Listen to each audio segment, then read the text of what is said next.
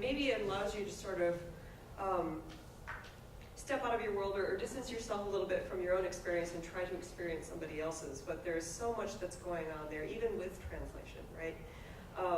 There's so much cultural meaning there, so much shared knowledge among the people who are being filmed, and that really isn't accessible to the observer.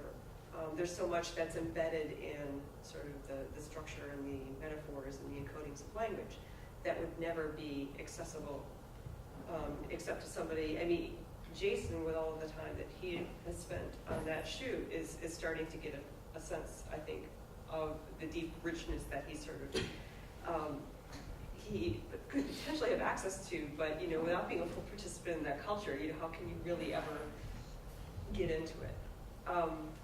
And you're right, you're not going to get it with translation for sure. But it seems to me that it does give you something, and I'm trying to grasp at what that something is. And maybe it's a something that you get sort of from the project as a whole, rather than any one individual shoot, but I'm not sure. Yeah, I mean, it's something that I've thought about in watching this, is sort of less really trying to get semantic meaning, and more of a gestalt, and more of just being there with it, right? And accepting the fact that you aren't going to understand and be able to make sense of what's going on. But that's very hard because it's not easy to say, this doesn't make sense and therefore I'm going to continue watching. It's usually, this doesn't make sense and therefore I'm going to stop watching. Mm-hmm. It's compelling. It's very compelling even despite all that, right? Yeah. I'm very concerned about it being continued to refer to as a volunteer project. I'm very bothered by this. All the talk that I hear from the producers is about the benefits that the project has conferred upon them. Now, you were indulged at great length by some very sweet, gracious, and welcoming people who get, as far as I can tell, no reward whatever from what you have done. I don't appreciate your tone. I'm not here to be talked down to. If you want to make a point, it's a very fair point. You have every right to do so. But I'm not being lectured to in that tone. And if you want to continue, I'm getting up and leaving. But I'm very happy to continue with this conversation in a civil way. Okay. We did not talk down to anyone, or as far as I know, at least on my shoot, we didn't speak down to anyone. Okay. Anyone that had a criticism, and no one in Malawi has ever questioned me in the tone that you just did. I'm very offended. And you have every right to ask this, and it's a very important question. It's an incredibly, and you're subverting yourself by using this tone. I mean, and it's really a problem because you're asking the most important question, ethically. Right. And you're completely subverting yourself. Thanks for calling me that. And it's, and come on now. All right, let's go on. Yeah. You're completely right. Maybe go on. Perhaps we could come back to the question. I had actually written it down on my paper too. The question of use. What use is this footage for the subjects that are involved? Yes. Yeah. Sure, I want to speak to that because I think this is certainly one of the questions that we're always concerned with when we do field work. And you brought up this question of what do we call them? Do we call them the subjects? Do we call them the On-screen participant. on-screen participant? And I do a lot of work in Korea, and I was used to just calling people informants. But I realized that in Korea, with military dictatorships and things like that, you've got a problem when you call somebody an informant, and they don't like that. And so the question was, what exactly am I doing here? Am I doing something? At first you go into it and you think, I'm doing something for my dissertation. Okay, that's fine. And you realize that they're giving something to you. Do I give them something back? Perhaps not in the first instance, but here's where global lives and the internet and the incredible low cost of video equipment becomes very positive and powerful, because you've charted a course and you've put some, what I would call nodes, into the beginning of a network that people can then use and attach and bring local media and bring their own local productions into it and start a conversation. I looked at a lot of these things. I recognize it. I spent 6 months riding around with paramedics in Oakland. And I'm going to tell you, you know, every shift was 12 hours. I had to sign on for 12 hours. You guys talked about having small crews of 4. I can have a small crew of 1 in an ambulance. And so you're doing absolutely everything. And honestly, the environment sucks, because you're in the back of an ambulance, which is not nice. And I was thinking, what are they getting out of this? And were they getting anything out of it? And what I realized was that, in some ways, I was almost secondary to this project, because it became more and more their project and less my project. And I think what you've done with Global Lives, if you've opened up an opportunity for them to take over the project, you raise a perfect and important ethical question, but it really becomes one that's, what is the next step? And is there an avenue for taking that next step? And I see with low-cost media, somebody brought up some of these projects where, who was it who brought up the projects where people were given video cameras and cameras? This is a long-standing project where you make it local ethnography. And I think with Global Lives here, you've opened up the possibility to make it really one of these grassroots efforts. And so, yeah, you're right. What have they gotten out of it? Well, they've gotten an avenue for making it their own, so they can take possession of it. I think that's something very important. I teach that to my students when we do field work. I say, look, you're going out, you gotta be incredibly humble, because nobody's gonna talk to you because they're helping you with your schoolwork. But if you give them an opportunity to make it their own, a lot of these people are very smart, very accomplished, and jump at the opportunity to make it their own. Once you make it their own, then we're starting to get to the transformative potential, actually, of this type of progress. Sounds terribly idealistic, but when I look at YouTube, when I look at Flickr, when I look at these things that are really taking technology and turning it to grassroots efforts, it's not really idealism, it's just actually describing what is already going on. And so I think,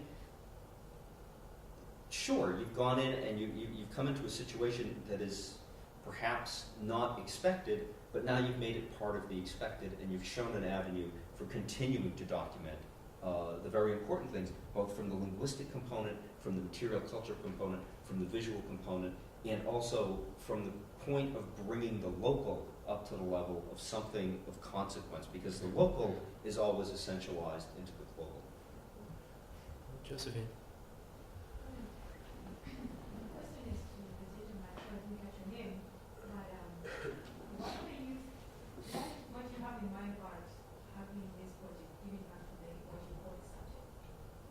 What would you like to What see I- that they get back? What do I? What would you like to see that the subjects get back? from Oh, I don't this know. project? I don't know at all. I don't know at all. So What I'm bothered by is the assumption that's built in so far that a great many people outside the West have and can manage video equipment to which, as far as I know, they have no access. I'm bothered by the inequality of the picture. And in many of the countries that I know anything about, sure, there are computers, but they're in the hands of a very few people who control the access of the ordinary people who are envisaged, I think, by the project, if I understand. You see what I mean? What I'm talking about is what looks to me like a big disparity between the expectations and what can happen, what really can happen this year or in this decade. So that's Myself being a Malawian, I'm just my own experience Good. being living in that country for some time is that when I first moved to this country, all I saw were the images of kids that had like eyes that were like ganged up with flies, the Right. mouth wide open, they're half dead, their mother is like helpless, all that kind of stuff. right. And every time people would ask me, where are you from? I said, Malawi. Malawi? So you mean you live with lions? And I've never seen a lion next to me except in Yeah. a zoo as well.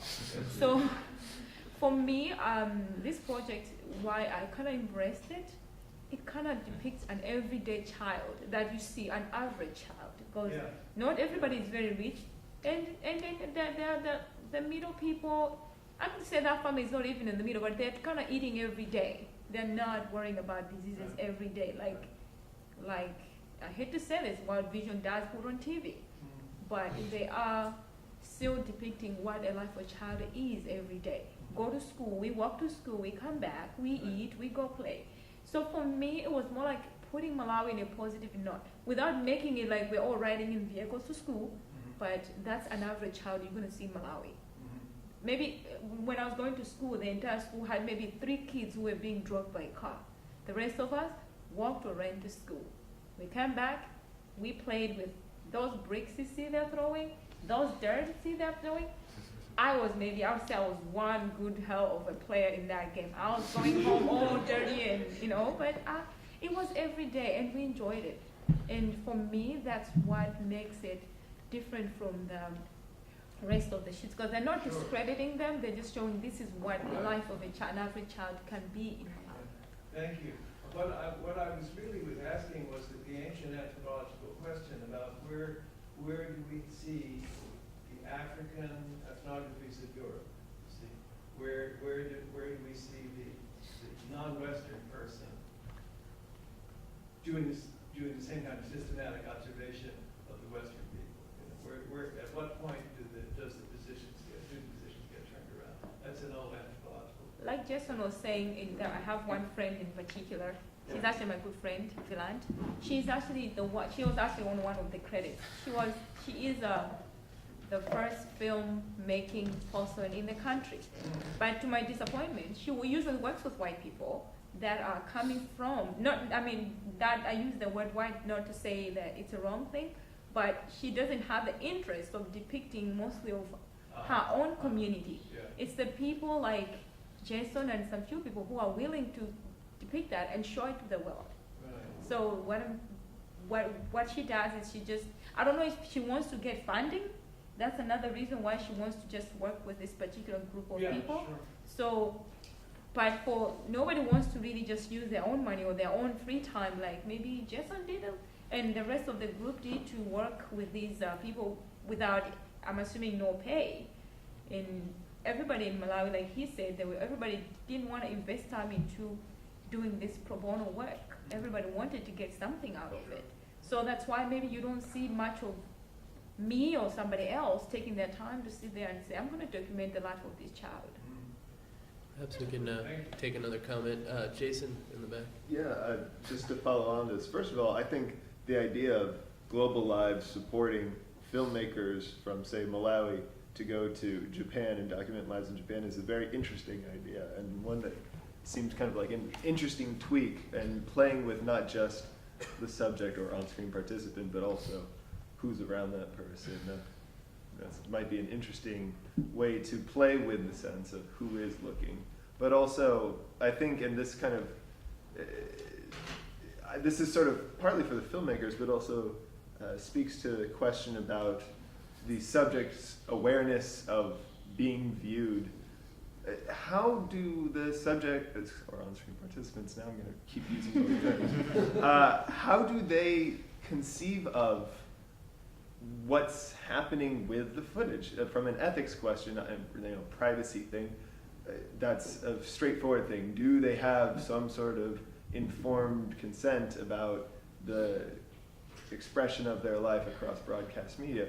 But I'm trying to go beyond that question to also, what is the awareness of these subjects in terms of how they will be viewed around the world? Obviously, this is maybe a question for the crews of how do you explain it to the subjects when you're talking to them about how this footage will be viewed? But more generally, for people, especially if you're in communities where people don't have access to the internet, may not really know exactly what you're talking about there. Their closest approximation would be television. I don't know, what is that interplay, and how does, or do you think that doesn't affect their participation and how they see themselves in this project? For the Indonesia shoot, I think it really helped that we had a crew that was willing to take the time to explain it to them in great detail what their footage would be used for. And Dada and her family watch a lot of television, and they understand that their their life is not depicted in the telenovelas and the soap operas that come from Jakarta. And our basic premise was that, we're going to show how you live to people not only in Jakarta, but around the world.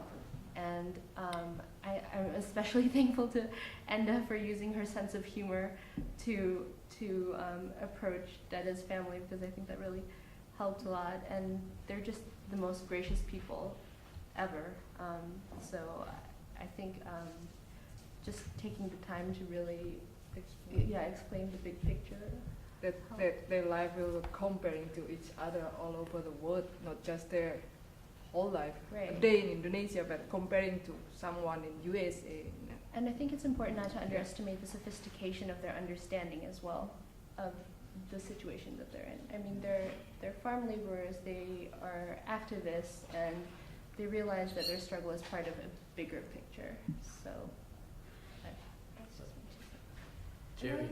Oh, and I would just sort of agree with that in that, sorry Jerry, but that also, I think it was helpful for Kai to know that he was one part of a larger story of all these different lives, and that he, and also that his life was important. Like, he's like, well, I don't do anything, like, I'm not an important person, but it's kind of exactly that like, this is about just being an everyday person and valuing that in a certain context. And on the other, on your other question, my co-producer grew up in that village, and we were trying to get local people to also be involved, but again, not being able to pay somebody really, like, cuts out a lot of local participation because for other factors, and so that was an issue for us. But we also had a lot of people come from around the world to participate, so having a Malawian filmmaker who can come, that would have been fabulous, and so that was another experience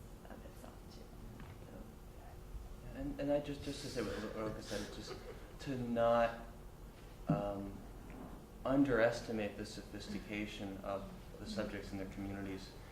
I mean, this is an old anthropological trope in the way in which they manipulate and use us to their own ends. And this is I do acknowledge Yeah. that. I understand that. What I was really talking about was the money. Yeah. Well, if we want bare bones accounting in terms of money, I will surely, and I'm sure David can attest to this very well, the red is bad, right? Right? Being in the red is bad, right? All right.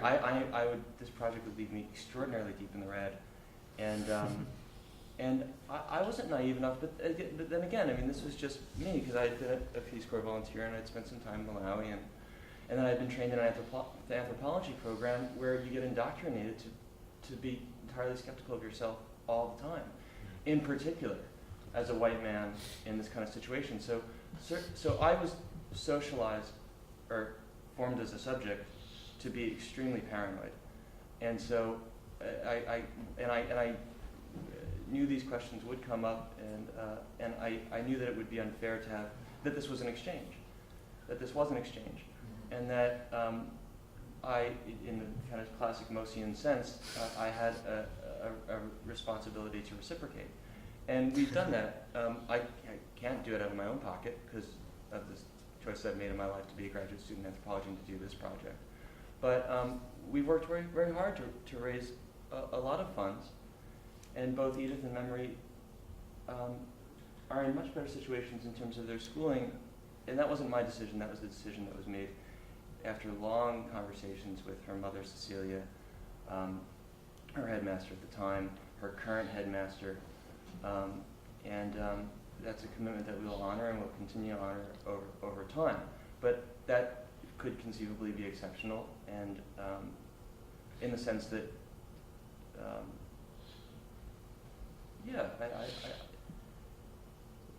I think it's important to reciprocate, and we have in the Malawi shoot, and I feel very good about that. And I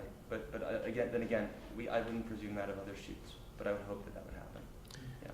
I wanted to come back to the panel for a minute and let some of the panelists comment on some of this discussion here. Yeah, I have just a quick comment on what Jason said, because as far as I understand, there's a tremendous amount of behind-the-scenes work by numerous people who were also volunteer, like all of the volunteer translators. I'm sorry, I don't remember your name, but Josephine. Now you did like. Yeah, I've been on the project just pretty much For a long time, yeah. translating and transcribing pretty much from the beginning. Yeah, so I mean, just all of the hours that people put in as a labor of love, just coming to the project, being excited about it, and saying, "I want to participate." The principal of the .sub site, I was just at a conference with him last weekend. So he runs this big, the crowdsource subtitling site, and he says this thing which I think is just brilliant. He's like, there is no crowd. People come to me and say, can we use your site to crowdsource this? Give this to your crowd. He said, there is no crowd. You have to build it. It is something where, people come together from a sense of a common goal to work towards a common goal. And that was I think, lovingly built out in large part by Jason's work too. So there's a tremendous amount of volunteer work all around by the translators and by Jason and by the subjects, right?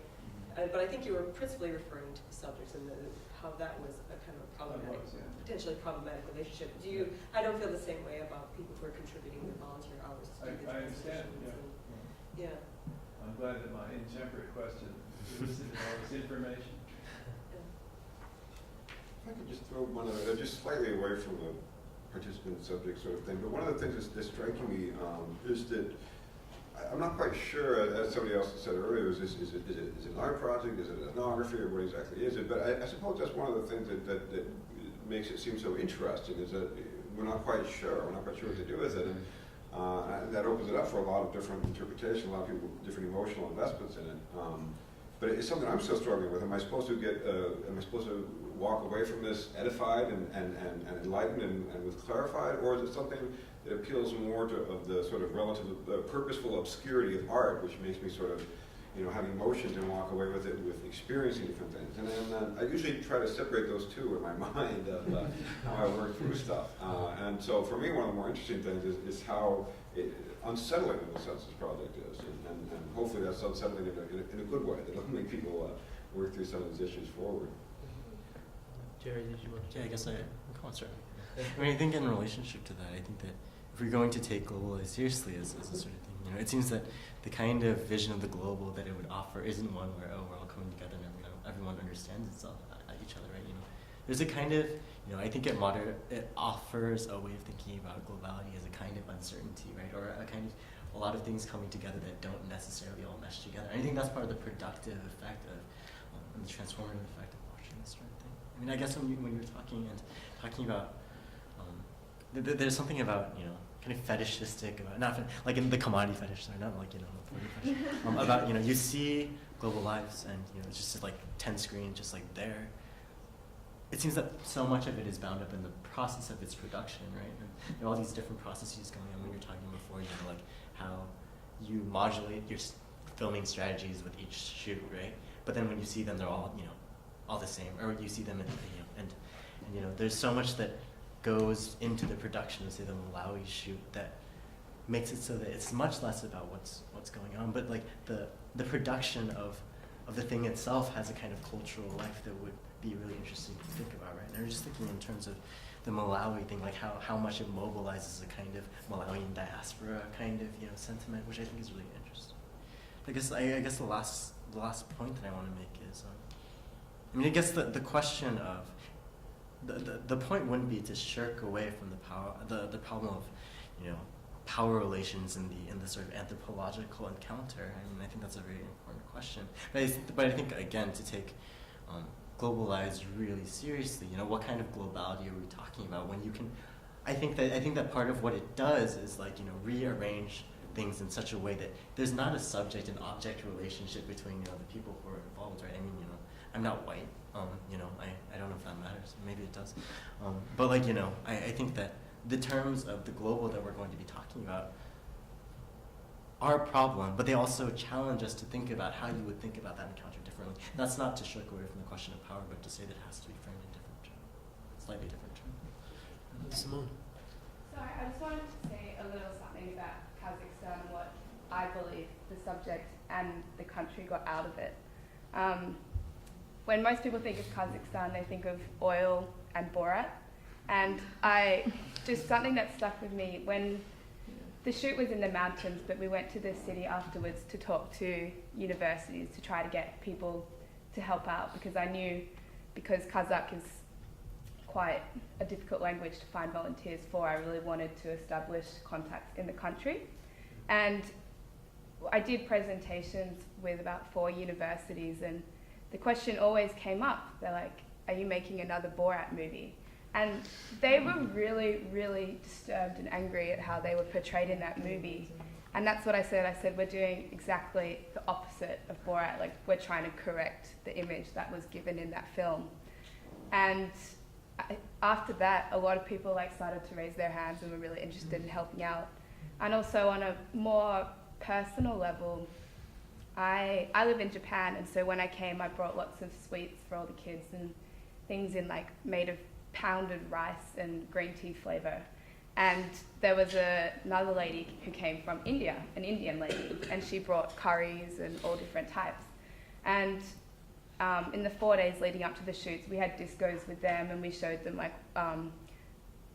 photos from around the world, because we all came from different parts. And yeah, maybe that made them feel bad or something, but a lot of them were orphans, and their parents, escaped the collapse of the Soviet Union or whatever. So they've all got really interesting stories.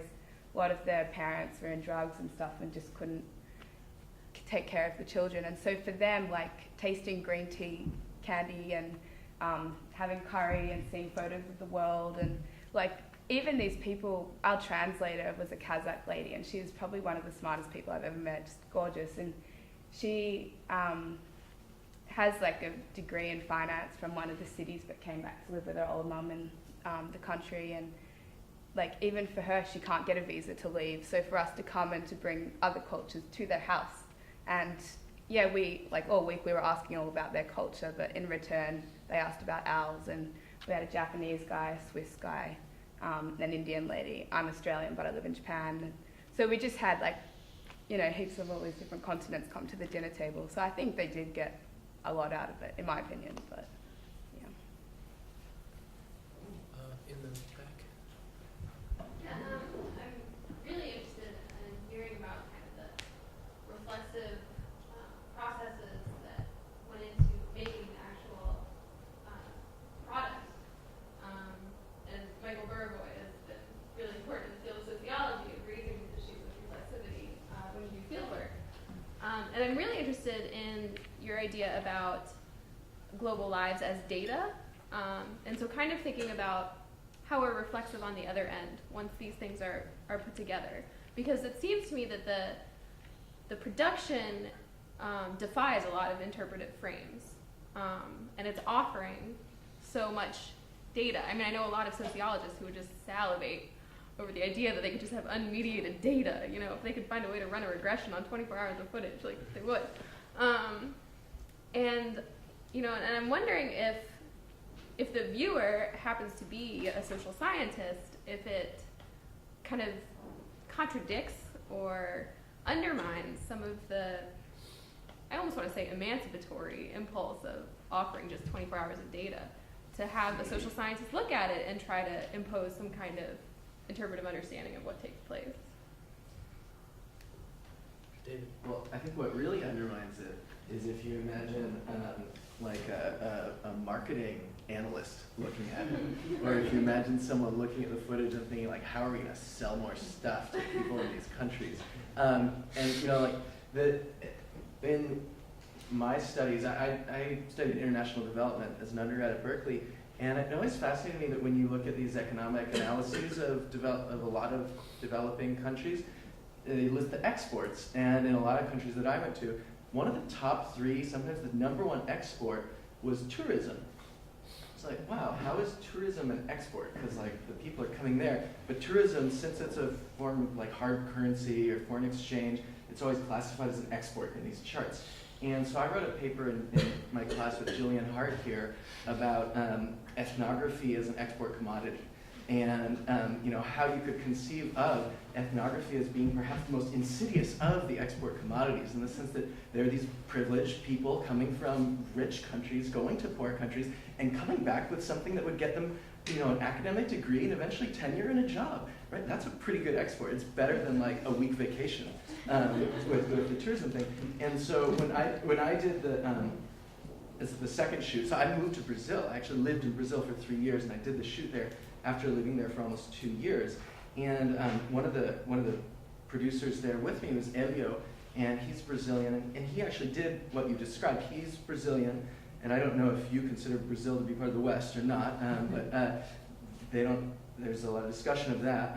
But anyways, Elio organized the shoot in Japan. He went from the global south to the global north, these problematic categories, and he was the connection that made that happen. In Serbia, Giuliani was a Brazilian woman who organized the shoot in Serbia. Irene, who is Simone's professor, Simone just left, but Irene is a Venezuelan woman who lives in Tokyo, has lived there for many years, and as a Venezuelan, she went and organized the shoots in Lebanon, and her students went to Kazakhstan, and she went to China and did the shoot in Japan. And then Ruchika, Simone mentioned, is an Indian woman who went to Kazakhstan. And then in the India and Indonesia shoots, all the crew were completely local. And in the Brazil shoot, I was the only non-Brazilian on the shoot. And another really important detail, we'll have more time in the next session for this discussion, but the very first time we ever showed anything in public, ever, Elio organized it in Sao Paulo in the same favela or slum where we did the shoot. We went back to the community where we recorded that. We went back to Hi-El, and actually Hi-El, the subject, had to organize with the local drug dealers to get permission for us to do a public display in the public square. And Elio built this screen rig, and I smuggled into Brazil a projector in my carry-on bag, and Elio paid for it. And we did this show in the street, and we showed the video from Malawi, and we showed the video from Japan, and from the US, and we showed this community the video of themselves in Brazil. And this was, again, the very first time anyone ever saw any of the footage. It wasn't even online at that point. And for me, that was Elio's idea, and it was so important. And I guess the last point, I think just one more sort of example of the reflexivity that I think Hi-El, the Brazil subject, and his community afterwards, we had this whole community discussion about what the shoot meant. And one of the men from the community in Brazil got up, and he stood up and he said, "This project reminds us why we all need to be global citizens." And this is a man from a Brazilian slum who said that to us, and his son's in the Brazilian army. And so that was a moment for me where I was like, wow, this Brazilian man gets this project more than like my friends in the United States.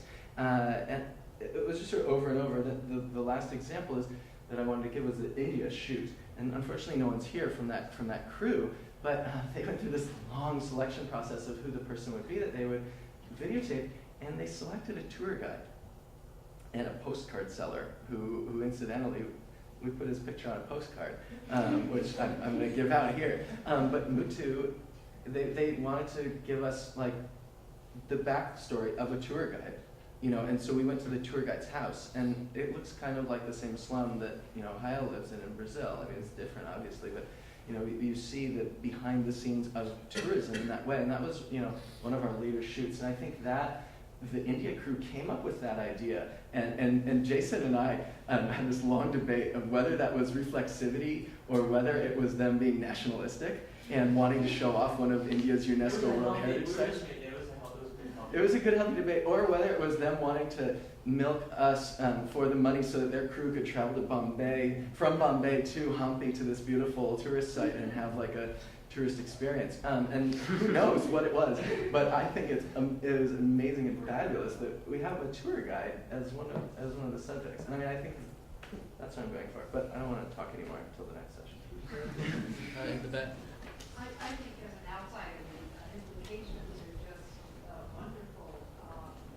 That the world is not just a function of the leaders and the political decisions. It's made up of real people, and I think that really elevates our consciousness when we remember that. It's really easy to forget that a lot of decisions bypass the people and are made by politicians and people with power.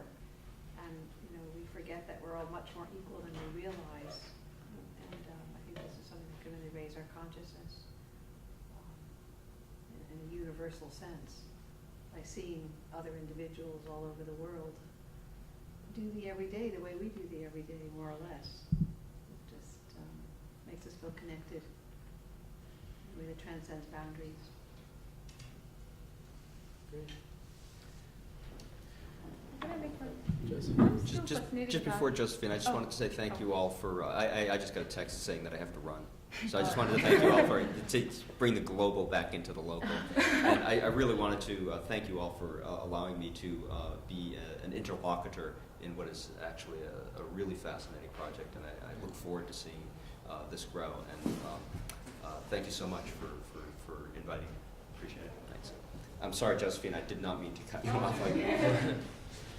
I was also just trying to go back to what lady over there said, was that, you know, how would anybody like a science person, an arty person will look at this? I think it all goes back to, you're right, they'll read it, whatever it is on Global Life, differently. But it's like language. That's how I look like. I'm going back to her saying it is actually language. Because for me, it's like, I'm married to an engineer, and I'm totally arty. And when we bring something or something, watching something, I read something differently. It gives me a different language than my husband would get out of it. So it's very interesting. I mean, when you said that to me, it was like, yeah, so in a way, this global life could be a language that you can choose to speak whatever language, but it presents a template where you can pick your own language, however you want to translate it. So definitely it's going to be different people who translate it differently, who speak their own language or out of the same clip of film, but other people speak this different language out of it. So, I don't know. Okay. Dan? I just wanted to ask, like, the more social science-oriented folks in the room, if participating in this project or viewing this project has changed how you view social science research and how it could be collected, even if just within the context of this project. Because I think we were asking those questions when we did the James shoot, and I didn't feel at the time that we were getting necessarily something out of it, at least for myself, because I was definitely coming there and paying for my own flight, and we split. Yeah. And I don't think it's particularly advanced my career in a tangible way. It's more just enriched my own life, but the greater aspect of it for me was contributing to the overall goal of this project, which was to try to create kind of encyclopedia of human life experience.